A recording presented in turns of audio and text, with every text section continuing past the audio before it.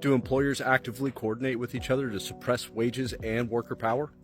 A few weeks ago, my wife walks into work right before the holidays, and her employer hands her a piece of paper with a bunch of dollar figures on it. And they tell her this is her new pay structure and that they need her to sign off on it right now. She told them, "I'd like some time to think about it." And they said, "No, we need you to buy off on this right now so we can submit it." That afternoon, my wife brings that piece of paper home and we take a look at it. And I deal with contract negotiations, so we look at the math. My wife works in the auto body industry for a major chain auto body shop, and she deals with tiered pay structures, bonuses, and sales. So it can be really hard to do those calculations in the moment like they wanted her to. When we broke it all down and we looked at her real take home, it was as bad as it looked. They had cut her wages 20%. So the real cherry on top about this whole deal is that company took in $1.6 billion in revenue last year and $266.5 million in profit. Going back to work the next day, she was talking with some of her coworkers and she found out that this was a change in pay structure nationwide. But it's a good thing we live in America, right? If you don't like where you work, you can go somewhere else. Free market capitalism. The employees were told by the employer, before you think about going somewhere else, just know that the competitor body shops in the area are doing the same exact thing. See, there's a long history of employers coordinating with each other to actively control the market as far as wages for employees. And it goes back a whole lot longer than you might think. Today, we're looking at Labor's Story in the United States by Philip Yale Nicholson, published by Temple University Press in 2004.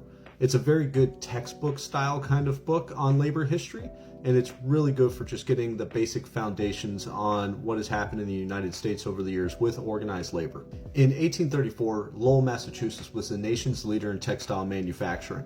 Their main workforce was women roughly between the ages of 15 to 30, and they were recruited from farms around the area, and they worked under the term factory girls. It was a pretty standard setup for the times. Men held all the supervisor positions and received between 85 cents to $2 a day. Women workers received roughly 40 cents to 80 cents per day, working 6 days a week, 12 hours per day. This was a heavily paternalistic environment that provided living quarters that were deducted from the wages of the women, and it was set up to protect the women from the dangers of worldly evils.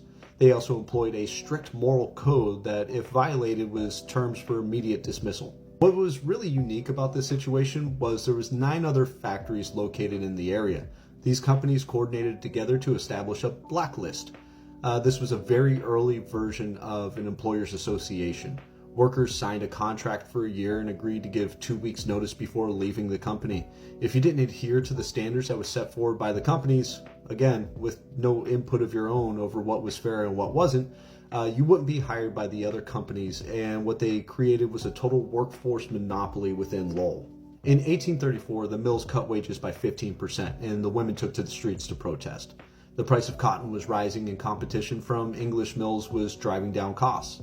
Maintaining profits meant cutting wages. Philip Yale Nicholson goes on to state in the book, European radical and socialist protest was mixing with the democratic idealism of Paine and Jefferson among the industrial and artisan workers of the United States. The labor movement was growing. 2 years later, the Lowell mills raised the cost of room and board 12.5% that was deducted from the pay of the workers, in addition to a stretch out, which means you're going to produce twice as much with no increase to your pay whatsoever. While I'm not insinuating in any way that my wife has to work in places where room and board is deducted from her pay wages, what's really important to consider is that the system of capital in this country has always been coordinated towards the workers taking the sacrifice of the wages in pursuit of profit. My wife and her coworkers are actively trying to organize under a collective bargaining agreement right now.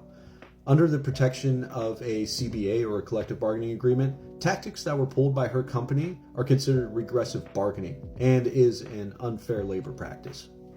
Workers often lack the coordination and resources to protect themselves, and they're at an extreme disadvantage to employers who can coordinate with each other to set the wages for the industry. At the very least, you deserve a seat at the table when your whole life and your well-being is being discussed. To be completely honest with you guys, it absolutely blows my mind that for the most important things in your life, we all have contracts. When you buy a home, you have a contract.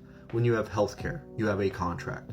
When you buy a vehicle or lease a vehicle so you can get to your place of work, you also have a contract. All of these stipulate the terms and conditions that you're going to pay or that you're going to follow during the terms of that agreement. But the most important thing in our life, the one thing that's centered around everything to be able to afford all those other things that we have a contract for, we tend to work without a contract that states how we're going to pay for those things. So at the end of the day, read books, not memes, and support your local bookstore.